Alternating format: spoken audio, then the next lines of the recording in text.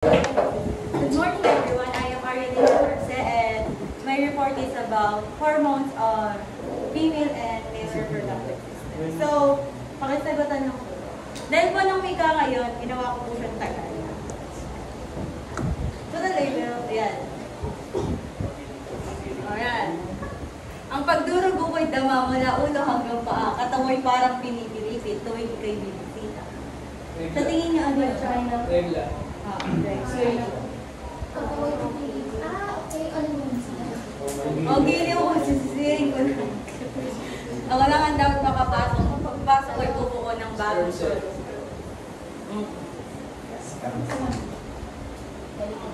Ang pagkayak dito sa aking looban ay sadyang mahirap at may katagalan. Paglabas nito ay pagtutulot ng lubos na kasiyahan. Ano yung tawag doon? Hindi. Hindi. Pregnancy. Yan. Sa akin nagmula ang mga alagad kung lulusungin ang kaloob-looban mo. Ako ang loob ang naghihintay sa pagdating ko. Hindi pa pasukin ng iba. So, yun. Start na tayo. So, hormones po, human reproductive system ng hormones po ng male and female. So, sa male muna po tayo. So, sexual maturation in males, meron po siyang, nire-regulate po niya yung dalawa, which is yung FSH na follicle stimulating hormone, tsaka yung LH na luteinizing hormone. So, yung hormone po nito ay sinisecrete po ito ng response ng GnRH o gonadotropin releasing hormone. So, ano nga po ba ang gonadotropin releasing hormone?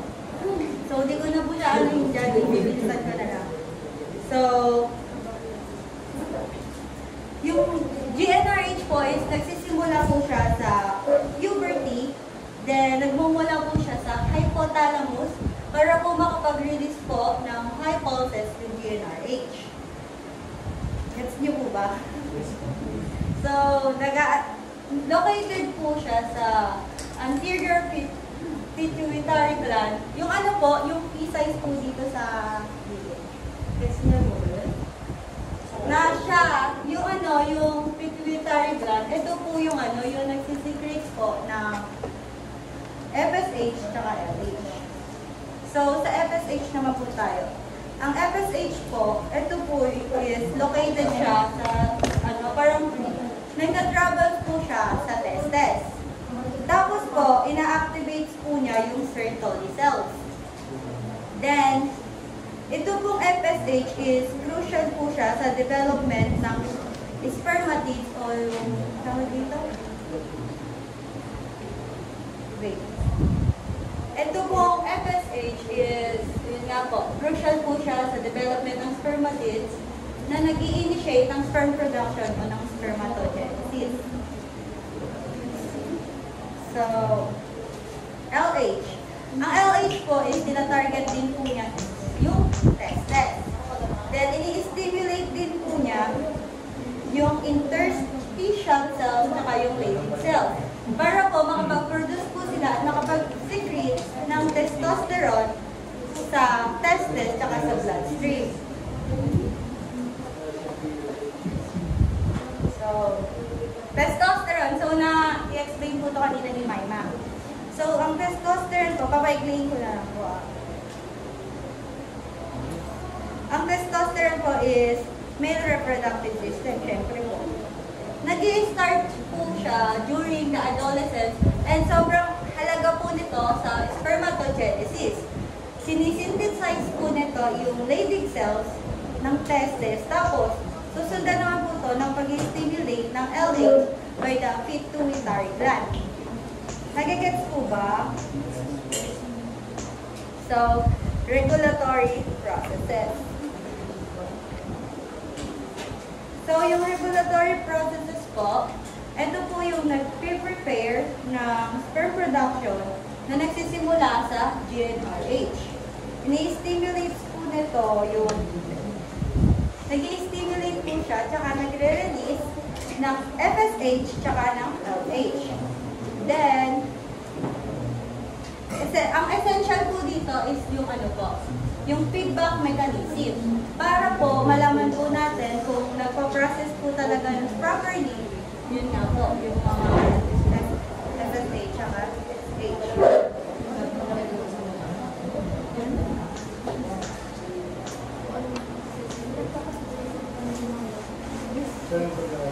Negative feedback.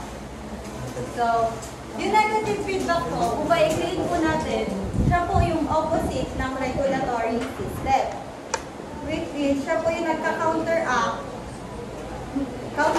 change yung regulatory processes. Ayun po, parang pina-counter na po niya. Yung opposite po ng regulatory, yun po yung negative feedback. Then, may example po tayo yan.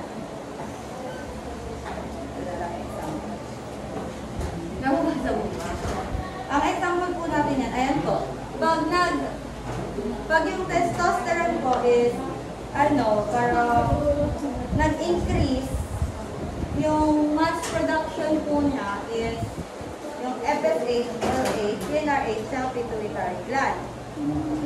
Then, ito guys, yung Sertoli cells. Yung Sertoli cells po is nag-i-inhibit siya ng sperm counts. Pag masyadong mataas yung sperm counts niya guys, nagre-release siya ng GnRH saka ng FSH. So, tawag dito? Pag masyado ng mataas, nag-i-slow down siya. Tapos, nag-i-slow down yung spermatogenesis niya. Then, kapag nag-drop ng 20 million or 20 ml, yung ano niya, yung i-stop yung inhibin niya, tapos mag-i-start na naman yung sperm count niya pag natumaas. So, ganun lang. Negative feedback. So, positive feedback mechanism. Ito naman po, dito. Yan nga po. Stimulus elicits a response that leads to a series of events.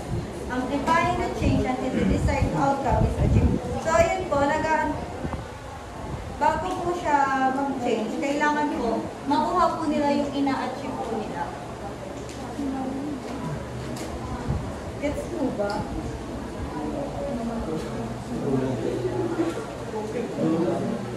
So, yung ano po, yung LH po natin is pinopromote po niya yung testosterone para po sa production ng lady cells.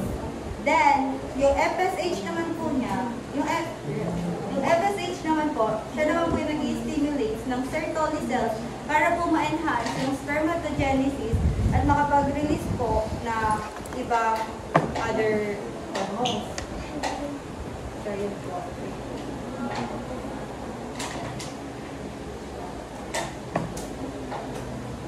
We'll discuss the hormonal regulation of male reproduction. Let's start with what you are already familiar with. That is the hypothalamus and the synthesis and secretion of gonadotropin-releasing hormone, GnRH. Once secreted, gonadotropin-releasing hormone will bind to receptors on the anterior pituitary, causing the endocrine cells to synthesize and secrete both FSH and LH. FSH stands for follicle stimulating hormone. And LH, remember, is luteinizing hormone. LH, as we discussed in previous videos, will stimulate the Leydig cells of the testes to synthesize and secrete testosterone. Testosterone will then enter the plasma and cause target cell responses. Let's review those responses. Testosterone will target skeletal muscle, causing protein synthesis. Testosterone will target the brain to increase sex drive. It will also target the Sertoli cells to stimulate spermatogenesis. Testosterone will promote the development of secondary sex characteristics and the maintenance of those characteristics. Here are a couple of other responses that we have not yet talked about. Testosterone will stimulate growth hormone, GH, secretion, which will stimulate bone growth during adolescence. And finally, testosterone will stimulate the Wolff index to promote development of male reproductive structures during embryonic life. Now let's turn our attention to FSH. Like LH, FSH will bind to receptors on the Sertoli cells to stimulate spermatogenesis, as well as the synthesis and secretion of a protein hormone called inhibin. Since we are talking about inhibin, this is a good time to talk about how to shut down the system.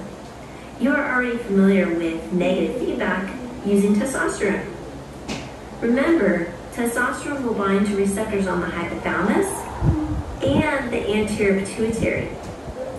This will shut off the synthesis and secretion of gonadotropin-releasing hormone and luteinizing hormone.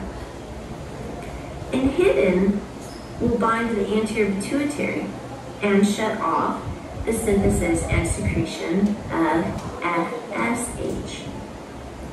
To sum it all up, negative feedback shuts off the synthesis and secretion of gonadotropin-releasing hormone, luteinizing hormone, and follicle-stimulating hormone, which will all lead to the decrease in the synthesis and secretion of testosterone.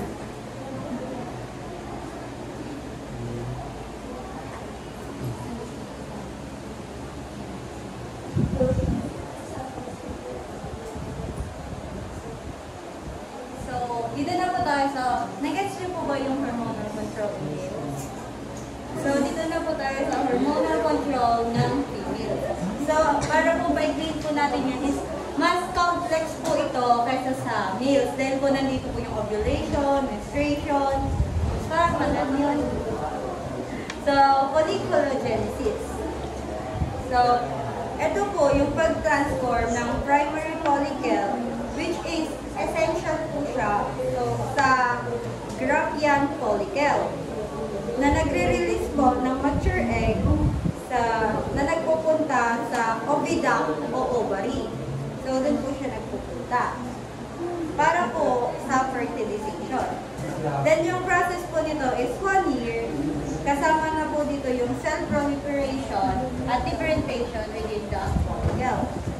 So, small fraction lang po ng ovarian follicle ang nakaka-survive at nakaka-complete kapag nakarating na po sila sa stage na to. Mapupunta po sila sa phase na focus sa ovulation at luteal phase.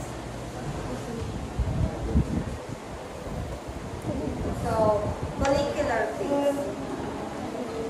Yung follicular phase po, dito po makikita yung growth and development ng follicle in the ovarian cortex. Which is po, yung ovarian cortex po is malapit doon sa ovary or ovary node po. Dito makikita ang protective layers na nagsusurround sa developing side. So, ovulation phase. So, ayun lang po. Yung ovulation phase po natin is, ito po yung nagre-release ng oocyte from the ovary. So, nirelease po yung egg. Then, yung egg po, mag-travel po siya sa fallopian tube. Then, yung remnants naman po is mag-i-stay doon sa may ovary. So, luteal phase. Kagaya lang po ng menstrual cycle, yung luteal phase. So, ayun po, this begins with the formation of the corpus luteum from the remnants of the ruptured follicles in the ovary. So, ayan po yung anim na luteal phase. The primordial follicle, primary follicle, secondary follicle, tertiary follicle, ovulating follicle, and corpus luteum. Ayan lang po yung picture.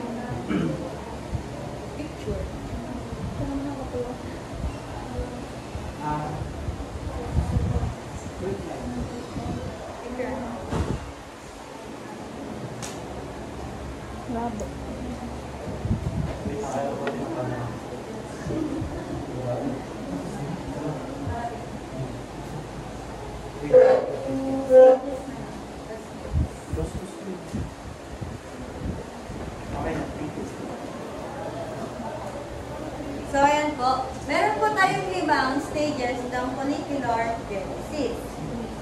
Una po is primordial germ cells. Makikita po natin to sa ovarian cortex. Then, ito po, nagka-contain po siya ng immature na oocyte. Tapos po, it's surround in granula collosa. So, yun po, will remain dormant in the ovary for 50 years. Para po makapag-provide and the reserve that will eventually develop into growth. Yun nga po, 50 years po siya. Nagigets po ba? So, primary follicle. Ano rin po siya? Immature oocyte. Pero meron po siyang single layer na nagsusurround sa oocyte. Sensitive po siya. Sensitive po ito sa FSH na nagre-regulate ng growth and develop ng zona pellucida.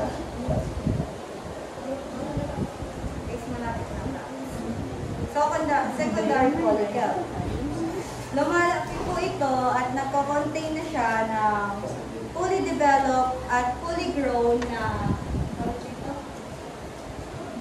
follicle na shielded o protected by zona pellucida and thecal layers.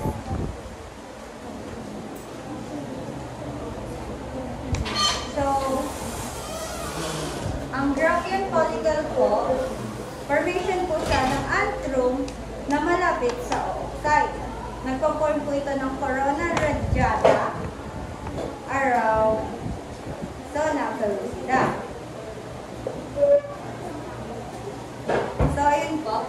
Kapag tumaas po yung estrogen, nag-trigger po yung surges ng LH at FSH na mag-lead sa follicle rupture and oocyte release during fertilization. So, corpus luteum. So, ang corpus luteum po, ito po, isa po siyang clustered o marami siyang cell. Yung cluster po is, yun nga po, marami po siyang cell. Na nag-e-elevate po o nagpapataas ng estrogen level na nagsisecrete ng GnRH o yung HCG, which is human chorionic gonadotropin, which signals CL to sustain progesterone production. So dito po, malalaman, yung HCG po, dito po malalaman kung buntis yung isang tao.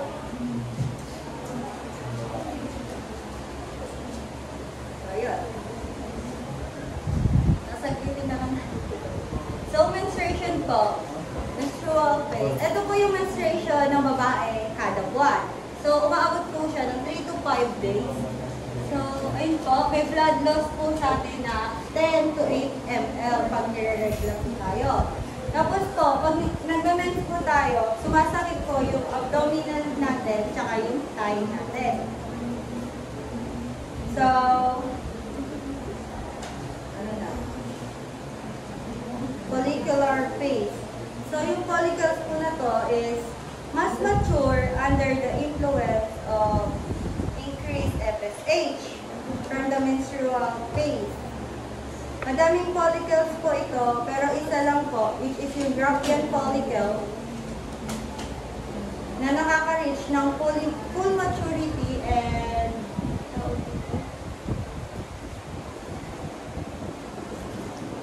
so yun po, full maturity po yung and prepare para po makapag-release ng oocyte. So, ovulation phase, so ayun po. Sa day 14 po natin is, di ba po 28 days po minsan yung sa buwan. Sa day 14 po natin ng menstruation, nag-i-increase po ng yung another hormone natin o yung LH causes the ovary to release eggs. So, luteal phase. So, normal lang ba yung dalawang beses datnan? Oo. Dalawa siya sa ano? Depende siya. Pero yung iba naman, hindi dinadat na dahil nasa irregular.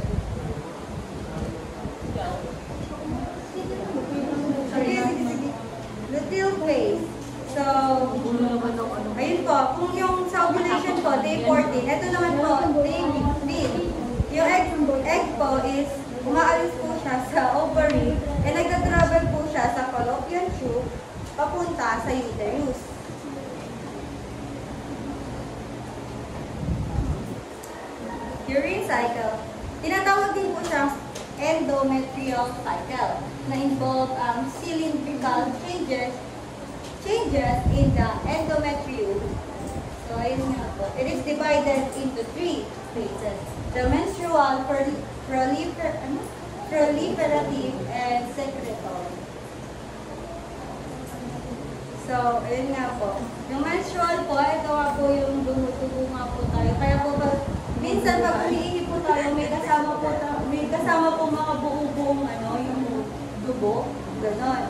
Then sa proliferative phase po, ito po yung response ng rising estrogen level. Piniprepare po para sa potential implementation ng fertilized egg sa susunod na cycle. Then last po is secretory phase. Involves the corpus luteum secreting high levels of progesterone and making the endometrium receptive from potential pregnancy. A fertilization that not occur, endometrial lining is shed beginning a new cycle. Nagets po ba?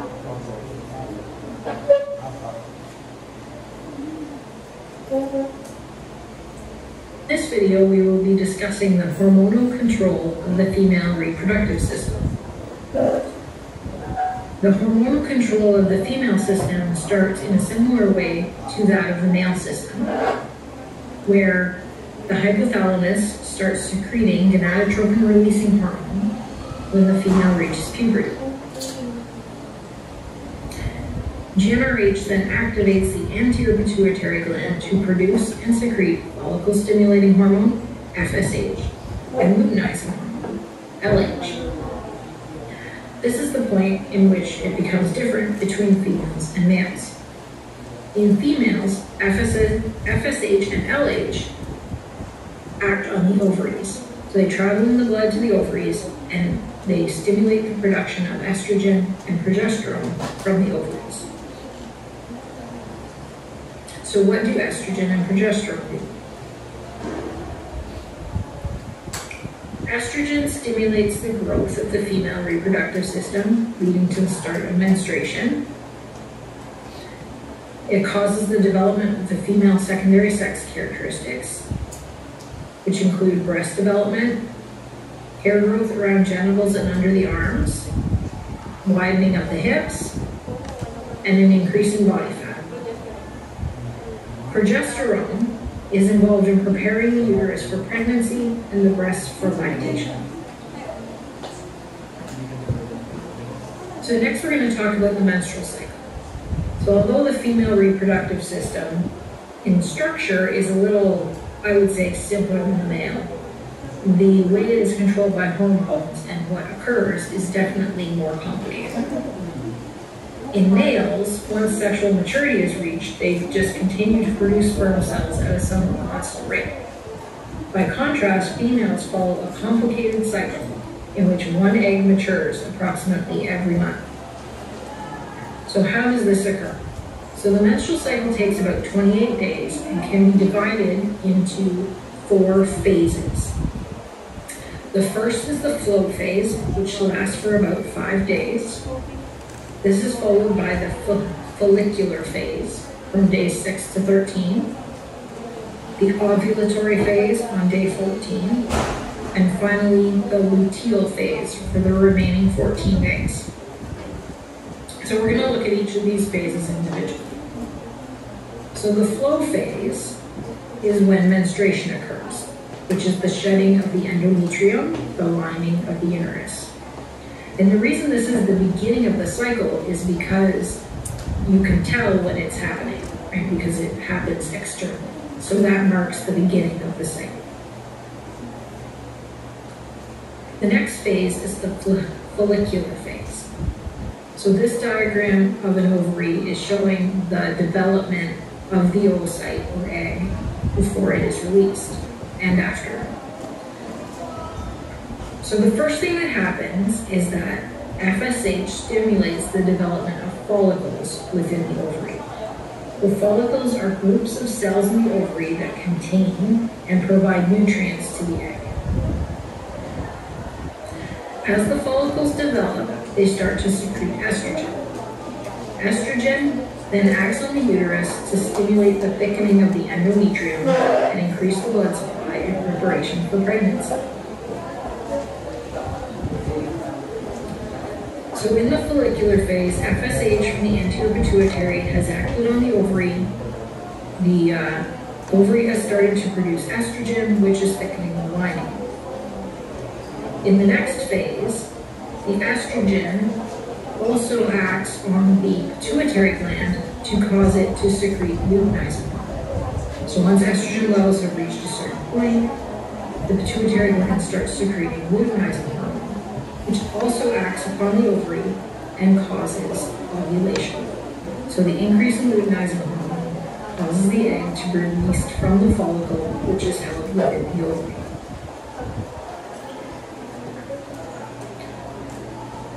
So in the last phase, we had LH causing ovulation. In the luteal phase, the LH continues to act on the remaining follicle cells, and it transforms them into a functioning corpus luteum. And what this corpus luteum starts to do is secrete progesterone, which hasn't been secreted yet, and some more estrogen. And progesterone and estrogen continue to stimulate the development of the endometrium. Progesterone also acts in a negative fashion to inhibit the development of other follicles. The final thing that progesterone does is it acts as an inhibitor on the anterior pituitary to cause a decreased production of luteinizing hormone. As those levels of luteinizing hormone decrease, the corpus luteum starts to degenerate. It stops producing progesterone and estrogen. So they're no longer acting on the endometrium, causing it to thicken. So when those estrogen and progesterone levels go down, menstruation occurs, and the cycle starts all over again.